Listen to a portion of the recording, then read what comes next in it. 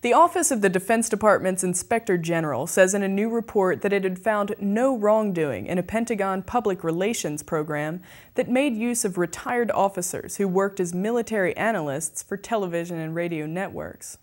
The report was prompted by articles in the New York Times that described an elaborate and largely hidden Pentagon effort dating from 2002 to transform these military analysts into what they called surrogates or message force multipliers for the Bush administration. The articles also documented how military analysts with ties to the defense contractors sometimes used their special access to seek advantage in the competition for contracts related to the wars in Iraq and Afghanistan.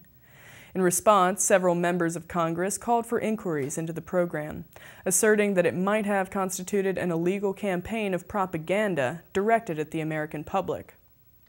But the new report conducted by the Pentagon itself, noting the absence of a clear legal definition of propaganda, said there was an, quote, insufficient basis to conclude that the program had violated laws prohibiting the government's domestic use of it.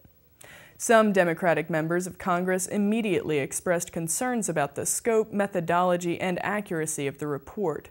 It asserts that 43 military analysts had no affiliation with defense contractors, yet many on the list have easily documented connections to them.